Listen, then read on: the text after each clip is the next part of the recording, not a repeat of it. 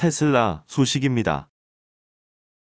GM의 상용차 브랜드인 GMC가 선보인 전기 픽업트럭 허머 EV가 예상외로 큰 인기를 끌면서 소형 픽업트럭 시장에도 전기차 붐이 시작되고 있다고 8일 IT 매체 더 넥스트 웹이 전했다.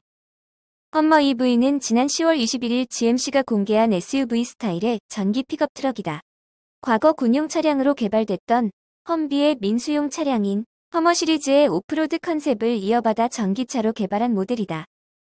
최대 350kWh의 대용량 배터리를 장착하고 최고 1000마력의 1589.9kgm의 최대 토크 정지 상태에서 60마일까지 가속시간 약 3초의 고성능을 목표로 개발 중이다.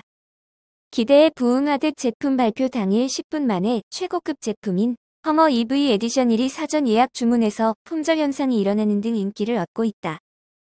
미국 시장에서 승객과 짐을 함께 운반할 수 있는 오프로드용 픽업트럭의 존재가 중요시되는 만큼 허머 EV 출시가 픽업트럭 시장에서 새로운 활력소로 작용할 것이라는 전망이 나오고 있다. 특히 픽업트럭 시장에서 테슬라 사이버트럭과 경쟁 구도를 벌일 것으로 보인다. 현재까지 내년에 양산이 예정된 100% 배터리 기반 전기 픽업트럭은 테슬라 사이버트럭과 GMC 허머 EV뿐이다. 사이버트럭은 오는 2021년 하반기 첫 제품이, 허머 EV는 2021년 가을 무렵 첫 제품이 출시될 예정이다. 여기에 2022년에는 포드 역시 F-150 전기 픽업트럭을 선보일 예정이다. 앞으로 1에서 2년 안에 소비자가 실제 구입할 수 있는 전기 픽업트럭이 시장의 최소 2에서 3종, 차종 등급별로 선택권은 10여 종에 달할 것으로 보인다. 도심의 포장도로를 달리는 전기 승용차와 달리 짐을 싣고 비포장 험지를 달려야 하는 픽업트럭의 특성을 고려할 때 정비 인프라와 AS 등 지역 밀착 서비스가 중요한데 테슬라보다 GM, 포드 등 기존 완성차 업체가 유리할 것이라는 전망도 나온다. 친환경차 전문 매체인 클린플리트 리포트는 전기 픽업트럭 시장은 테슬라 같은 전기차 제조사에게는 새로운 시장 확대를, 포드와 GMC 같은 기존 완성차 업체 입장에선 텃밭 수호의 의미를 갖는다면서 향후 1에서 2년 내 전기차 혁신 불꽃이 승용차에 이어 상용차 시장으로 옮겨붙을 것으로 내다봤다. 테슬라 전기차 전용 급속 충전소인 슈퍼차저의 설치 건수가 전 세계적으로 2만 대를 돌파했다. 8일 전기차 전문 매체 일렉트랙에 따르면 테슬라는 지난해 말 기준으로 1만 5천 대를 기록했던 슈퍼차저 설치 건수가 이날 현재 기준으로 전 세계 1만 8천 곳 안팎의 지역에서 이 같은 규모로 늘어났다고 발표했다. 테슬라 슈퍼차저는 테슬라가 완송 충전소인 데스티네이션 차저와 함께 설치한 테슬라 차량 전용 급속 충전소다. 일렉트랙은 여러 차례 지연됐던 슈퍼차저 설치 작업에 테슬라가 기록적인 차량 인도 실적에 발맞춰 지난 몇 달간 상당히 속도를 낸 결과로 보인다고 전했다. 테슬라 최고 경영자는 지난달 전 사원들에게 보낸 이메일 서한을 통해 테슬라의 올해 3분기 차량 인도 실적이 사상 최대를 기록할 것으로 보인다고 밝힌 바 있다. 테슬라는 저속 충전용 데스티네이션 차저의 보급에도 박차를 가하겠다고 밝혔다. 니콜라 소식입니다. 니콜라가 이탈리아 트럭 버스 제조사 이베코와 전기 트럭 니콜라 트래시 제품의 테스트를 연내로 추진해 내년 4분기 양산에 돌입한다. 차량 생산 계획을 구체화하며 사기 논란 해소에 안간힘을 쓰고 있다는 분석이 나온다. 10일 업계에 따르면 CNH 인더스트리얼의 CEO는 지난 5일 3분기 실적 발표 자리에서 니콜라와 이베코가 연내로 니콜라 트랩 프로토타입에 대한 테스트를 실시할 계획이다라고 밝혔다. 이어 내년 4분기부터 생산을 시작하겠다라고 덧붙였다. 이베코는 지난 9월에도 10월 중 니콜라 트랩 프로토타입 테스트를 하고 내년부터 연 최대 3,000대를 양산하겠다는 계획을 밝힌 바 있다. 이베코가 니콜라 트레의 양산을 본격화하며 사기 의혹을 벗어날 수 있을지 주목된다.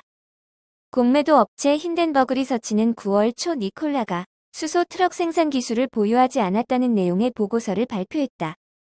니콜라는 미국 증권거래위원회와 법무부의 조사를 받게 됐다. 니콜라를 둘러싼 의혹이 커지는 가운데 실제 차량 양산에 성공한다면 의구심을 불식시킬 수 있을 것으로 보인다. 니콜라는 전기차 양산을 위해 제너럴 모터스와도 협력하고 있다. GM은 니콜라의 지분 11%를 인수하고 니콜라 트랩뿐 아니라 픽업트럭, 니콜라 배저, 세미트럭 니콜라 원투 등 개발에 협업하기로 했다. LG화학과 합작 공장에서 만드는 얼티엄 배터리, 연료전지 시스템 하이드로텍 등을 공급한다. 지난 8월에는 미국 폐기물 수거 업체인 리퍼블릭 서비스와 전기트럭 공급 계약을 성사시켰다. 2,500대를 초기에 납품하고 향후 추가로 5,000대까지 공급 규모를 늘릴 전망이다. 애플 소식입니다. 지난해 말부터 시작된 중국 연중 최대 쇼핑 축제 상스이 행사가 한창인 가운데 애플 아이폰 신제품이 각종 스마트폰 판매 차트를 휩쓸고 있다. 미국과의 무역 마찰에도 불구하고 중국인들의 아이폰 구매 열기는 식지 않고 있다. 12일 중국 각종 전자상거래 플랫폼 통계에 따르면 지난달 21일부터 시작된 상스이 쇼핑 행사에서 판매량 기준 애플이 선두를 이어가고 있다. 중국 전자제품 유통업체 수닝 이거우의 집계에서 9일 하루 판매량 기준 아이폰 12가 1위였다. 2위는 레드미 K30 5G 모델, 3위는 화웨이의 P40이 뒤이었지만 판매가가 2에서 3배에 이르는 고가의 아이폰 12가 판매량 기준 높은 수치를 달성한 것은 의미가 있다. 수닝 이거우의 10월 21일에서 11월 9일 5G 모델 누적 판매량 기준으로도 아이폰 12 모델이 화웨이의 메이트 40 프로 5G에 뒤이어 2위를 차지했다. 화웨이가 중국 5G 스마트폰 시장에서 3분기 과반 이상을 차지한 현지 공룡이란 점을 고려하면 아이폰 12의 선전이 눈에 띈다다. 3위는 샤오미의 가성비 모델 레드미 K30 5G였다. 아직 4분기 통계는 나오지 않았지만 아이폰 12를 필두로 중국 5G 시장에서 애플의 시장 점유율이 급증할 것으로 전망된다. 특히 9일 중국 최대 전자제품 쇼핑몰 징둥닷컴의 집계에 따르면 애플은 5일 하루 휴대전화 거래액 기준 1위를 차지하면서 2위 화웨이와 3위 샤오미를 따돌렸다. 특히 6,000위안 이상 고가형 스마트폰 판매량에선 아이폰 12가 1위를 차지했으며 화웨이의 P40 프로, 메이트 40 프로가 각각 2, 3위였다. 하지만 4위는 아이폰 12 프로였다. 휴대전화 전체 판매량 기준으로는 샤오미에 뒤진 2위였지만 3위를 차지한 중국 최대 스마트폰 기업 화웨이를 앞섰다. 심지어 중국 알리바바 티몰의 상점에선 월초 아이폰 12와 아이폰 12 프로 판매가 재고 부족으로 잠시 중단되는 사태도 벌어졌다. 티몰 애플 스토어 측이 준비한 물량이 다 판매되면서 잠시 제품 판매를 중단한 것으로 나타났다. 이에 올해 티몰 플랫폼에서 아이폰 12 판매량에도 낙관적 전망이 일어나고 있다. 아마존 소식입니다. 8일 미국 경제 전문 방송 CNBC는 아마존이 남미 최대 경제권의 전자상거래 호황에 힘입어 브라질의 물류센터 3곳을 추가로 개설했다고 보도했다. 새로운 물류센터는 이미 미나스제라이스와 리오그란데도 술에서 운영되고 있다.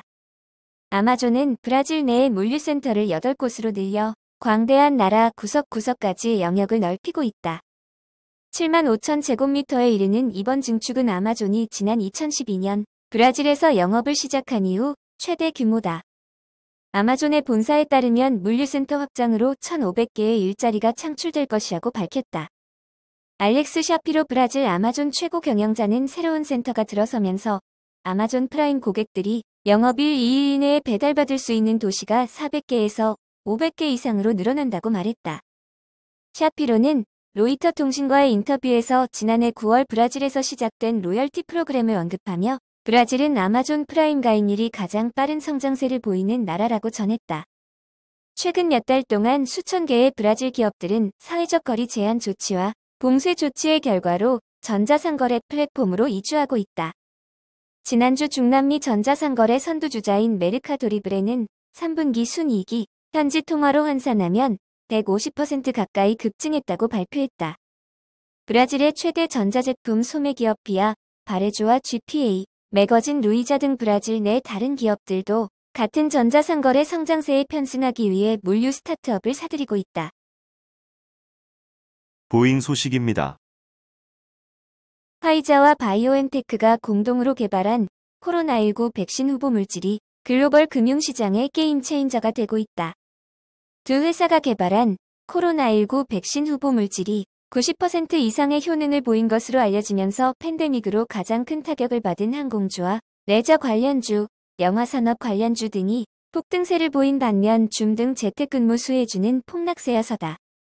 9일 배런스에 따르면 화이자의 백신 개발 소식 등으로 팬데믹으로 가장 큰 타격을 입은 보잉은 개장 전 거래에서 17%나 상승한 뒤 상승폭을 11%대로 줄였다. 보잉은 지난 주말 종가 기준으로 올해 들어 50% 이상 하락했었다. 최악의 실적을 보였던 원유 회사들의 주식도 급등세를 보였다. 국제유가가 WTI 기준으로 9%의 급등세를 보이는 등 실적 회복에 대한 기대가 반영되면서다.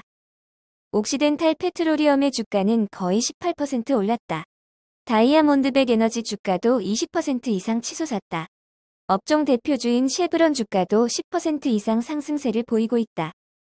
고공행진을 거듭했던 애플과 마이크로소프트는 보합 수준을 중심으로 부진한 흐름을 보이고 있다. 재택근무 수혜 주인 줌비디오 커뮤니케이션 주식은 10%에 가까운 급락세를 보이며 항공주 등과 대비되고 있다. 줌은 지난 주말 종가 기준으로 현재까지 635% 상승했다. 백신 개발 소식에 그동안 가장 큰 타격을 입었던 업종 가운데 하나인 미국 항공사 주가들도 환호했다. 아메리칸 항공은 한때 25% 이상 폭등했고 델타 항공과 유나이티드 항공 등도 16% 이상 급등세를 보였다. 영화 상영 체인 기업들의 주가가 가장 큰 상승률을 기록했다. 미국 최대의 영화 체인인 AMC와 시네마홀딩스 등은 50에서 60%대의 폭등세를 보이며 백신 개발 소식에 환호하고 있다. 배런스는 항공업종과 여행레저 업종이 상승하는 직접적인 이유로 백신 개발 기대를 꼽았다. 백신이 사람들을 두려움이나 감염 없이 여행할 수 있게 하고 각국이 국경을 다시 개방해 관련 수요가 회복될 수 있다는 이유에서다. 에너지 관련주 상승도 경제활동 증가에 따른 에너지 수요 증가 기대를 선반영한 것으로 풀이됐다.